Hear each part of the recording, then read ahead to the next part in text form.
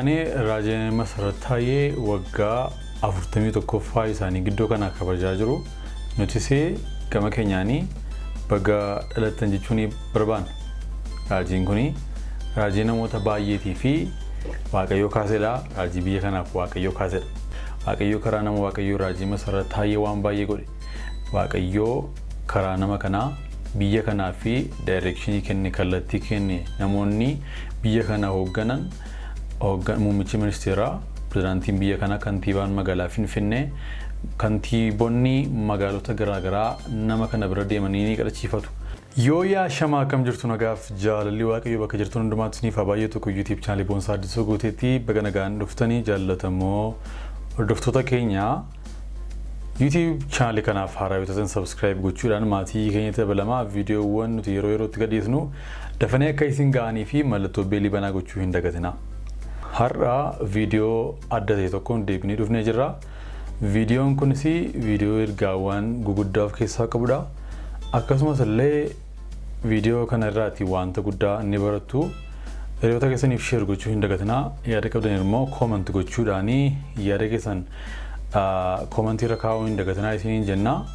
Viidiyoo har'aa keenya keessatti ergaawwan gurguddaa nuti qabannee jiru keessatti inni jalqabaa luqqisii torbee kanaati.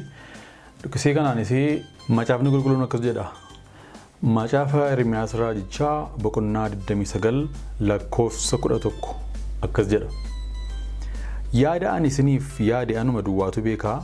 Innis yaada nagaa fi yaada wanta isin gara fuulduraatti eeggattan isiniif raawwachuuti malee yaada isin balleessu miti jedha. Galanni Waaqayyo Gooftaa macaatiif haa ta'u.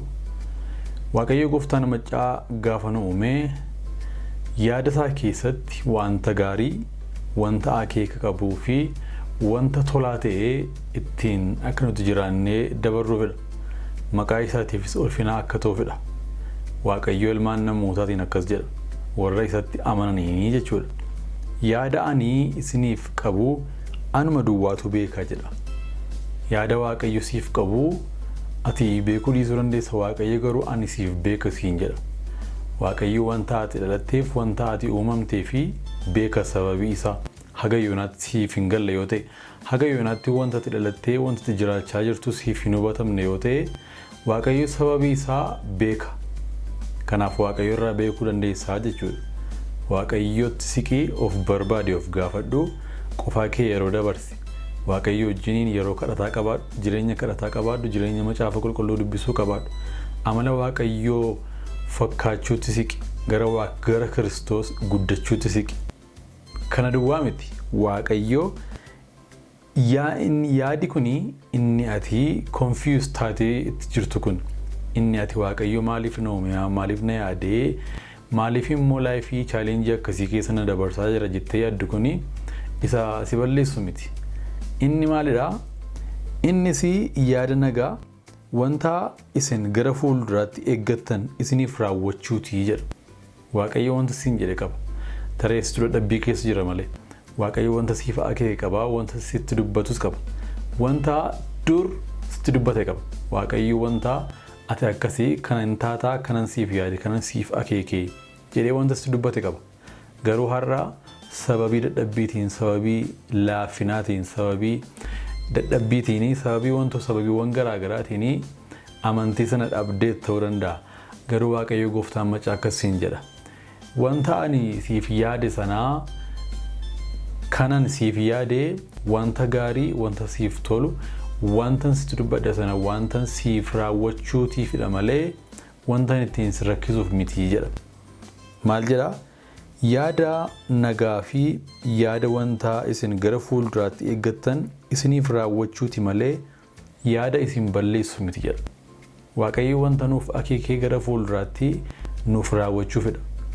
Waaqayyo wanta nuuf yaadee gara fuulduraatti nuuf gochuufidha jechuudha. Inni immoo amanamaadha. Amanamaadha Waaqayyo Gooftaan macaa. Abdii kan nuuf kenne eenyudha? Waaqayyoodha. Abdii kan namaaf kennu Waaqayyo erga ta'eeti. Waaqayyo immoo hamma dhumaatti amanamaadha. Egaa Waaqayyo biraatii abdii ergii fudhatteeti. Waaqayyo biraatii abdii ergii argatteeti. Maaliif sodaata? Maaliif pherpheramta? Maaliif yaaddofta? Sababiin isaa abdii kana kan siif kenne eenyudha? Hiriyaa keetii miti. maatii keetii miti, firoota keetii miti, waaqayyoodha. Namni nama lakki nama namni. Firri nama hin amanamu. Eenyudha kan amanamu waaqayyo gooftaa maccaatu amanamaa jechuudha. Kanaaf waaqayyotti yaada kee, akeeka kee, jireenya kee guutummaa isaa dabarsii kenni. Jireenya si'aa fi yeroo si'aa fi guutummaa isaa waaqayyotti dabarsii kennadhu isatti kooluu gali. Isa qofaatti amaniiti jiraadhu. Sagaleen waaqayyo yeroo dubbatu Ermiyaas irratti namni irree namaatti amanu abaaramaadha jedha. Tariitii waaqayyo isa siif yaada dhiistee isa namni siif godhu isatti amanaa jirta yoo ta'e waaqayyo kan sirraa barbaadan jiru.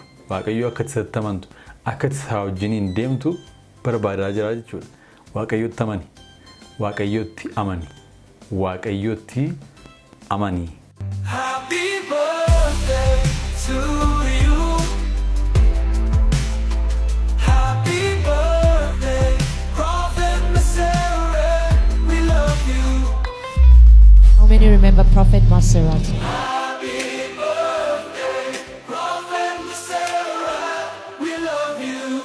On this special day, we gather round. Celebrate your love, your light profound. With a heart so pure, you guide the way. Prophet Meseret, it's your birthday. Happy birthday to you. Happy birthday, I love you, Omega Church. Kanisa la Omega. Happy birthday to the man of God, Prophet Masarat. We as Omega Ministries Church of All Nations under the man of God, Prophet. Ani Raajii Masarat Taye waggaa 41ffaa isaanii giddoo kana kabajaa jiru. Nutisee gama keenyaanii baga dhalatan jechuun barbaanna. Raajiin kuni raajii namoota baay'eetii fi waaqayyo kaasedha. Raajii biyya kanaaf waaqayyo kaasedha. Sagaleen waaqayyo Efesoon boqonnaa 2 lakkoofsa 10 irratti akkas jedha. Nuyi hojii harka isaati. Hojii gaarii isa waaqayyo duraan qopheessee keessaa akka deddeebinuuf karaa Kiristoos Yesuus uumamne. Galanni waaqayyo gooftaatiif haa ta'u. Waaqayyo jireenya namaa keessatti wantoota inni godhu hundumaayyuu sababaafidha. Har'asii sababa nama kanaa sababa nama waaqayyo Raajii Masarat Taye tiini sababii jiraachuu isaatiin sababii tajaajiluu isaatiin namoonni kumaatamni fayyaniiru, namoonni kumaatamni jajjabaataniiru, amananiiru. Wangeela mootummaa waaqayyoo keessaatii qooda qabaataniiru, mootummaa waaqayyoo keessatti dabalamaniiru. Kaan jajjabaataniiru fayyanii, kaan deebi'aniiru baah godhanii jechuudha. Kufanii deebi'anii gara waldaatti deebi'aniiru. Kaan ammas fayyuudhaaf jiru jechuudha. Waaqayyo nama kana biyya kanaaf sababii godheera. Sababii maalii? Sababii itti wangeelli lallabamu, sababii itti namoonni dhufanii amanan ta'eera jechuudha. Kanaafi kabaja birthday yookiin guyyaa dhalootaa Raajii Masarat Tayeetiini warra isa jaallatanii fi warra isa dinqisiifatan hundumaan yoo baga gammadan isin jechuun barbaada. This is Rolinga. We are so blessed. We are so excited to wish you a happy birthday. Today you are more celebrated by people who got delivered through you, by the people who got healing through you, by the people who have been blessed all over the world. And our prayers for you, may God continue to bless you. May God continue to increase your anointing. May God continue to take you from grace to grace. Happy birthday. God bless you. We wish you many more years in Jesus' mighty name. Amen. Happy birthday, dear prophet. Happy birthday. On this special day, we gather round. Celebrate your love, your light profound. With a heart so pure, you guide the way. With a heart Prophet Meseret, you guide the way. It's your birthday. Ortodoksii Musliimni waaqeffataa yeroo jalqabaaf gara kana dhuftan lubbuu haaraa yeroo jalqabaaf gara kana dhuftan kottaas baa.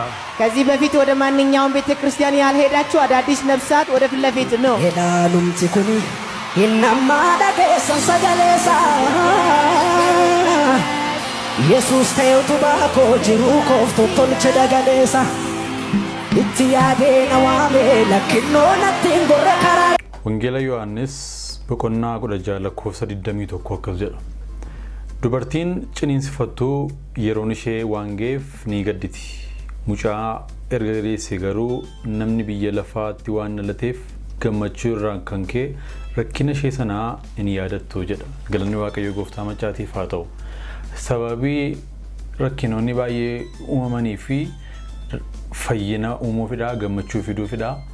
Sababii Waaqayyoo nama isaa kaasuu fi dhaloonni hundinuu mootummaa Waaqayyootti akka dabalamaniif sababii Waaqayyoo tajaajiltoota maasii isaatti bobbaasuuf wangeelli mootummaa Waaqayyoo akka lallabamuuf namoonni baay'een akka fayyaniif namoonni sirban namoonni ijjan namoonni amala garaagaraa qaban isa dhiisanii gara mootummaa Waaqayyootti akka deebi'aniifidha. Kuni fakkeenya tokko ta'a jechuudha. Gaan namni kuni Raajii Masarat Taye sababa kanaa ta'uu danda'eera jechuudha. Waaqayyo anas siinis akkas sababa itti namoonni baay'een mootummaa Waaqayyootti dabalamanii fi nu haa godhuun isiniin jedha. Waan biyya kana irratti dhufee raawwachuuf jedhu koronaa mitiin ni caalu isinitti dhufaa jira. Kadhadhaa jedhe Waaqayyo. Sigigaachuun lafaa keessumaa Oromiyaa keessatti akkamma bara kana Dabuub keessatti ta'e namni baay'een dhufe sigigaachuun lafaallee Oromiyaa keessatti akka hin mudanne Waaqayyoon akadhanne. Godina Harargee lixaa aanota lama keessatti balaa sigiga lafaa mudatee lubbuun namoota 10 dabruun himame.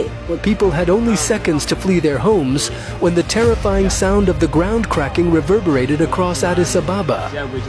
A 4.9 magnitude earthquake. Egaani macaafni fakkeenyaa boqonnaan 9 lakkoofsi 11 akkas jedha. Ogummaan kun guyyoota jireenya keetiin baay'iftii bara jireenya kees itti indabalti jedha.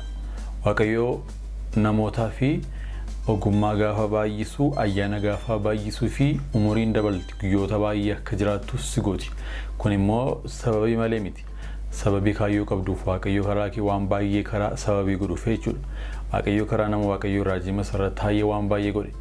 Waaqayyo karaa nama kanaa biyya kanaa fi directionii kenne kallattii kenne namoonni biyya kana hoogganan muummichi ministeeraa pirezidaantiin biyya kana kantiibaan magaalaa Finfinnee kantiibonni magaalota garaagaraa nama kana bira deemanii ni kadhachiifatu. Isas waamanii biiroo ofii isaaniitti ni kadhachiifatu jechuudha. Kun immoo waan salphaa miti. Dhiibbaa sababii isaan irra ga'ee fi waan nama kadhataateef waan Waaqayyo isaa wajjin jiruuf waan Waaqayyo karaa isaa dhiibbaa uumuufi jechuudha.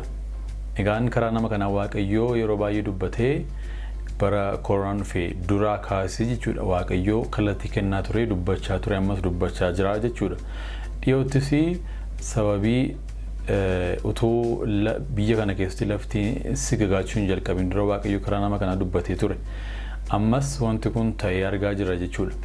Karaa nama kanaa namoonni beelaan namoonni rakkatan namoonni buqqaan manni barumsaa iddoo hin jirretti bishaan iddoo hin jirretti waldaan kiristaanaa iddoo hin jirretti wanti barbaachisu hundi isaayyuu ta'aa jira jechuudha. Sabni baay'een gargaaramaa jira. Manni barumsaa iddoon ijaaramaa jira. Waldaa iddoon akka haaraatti guddachaa jirti biqilaas jirti jechuudha. Waaqayyoo nama kana ammas dachaa eebbisu irra deebinee baga dhalattee Raajii Masarat Taye jechuufeen.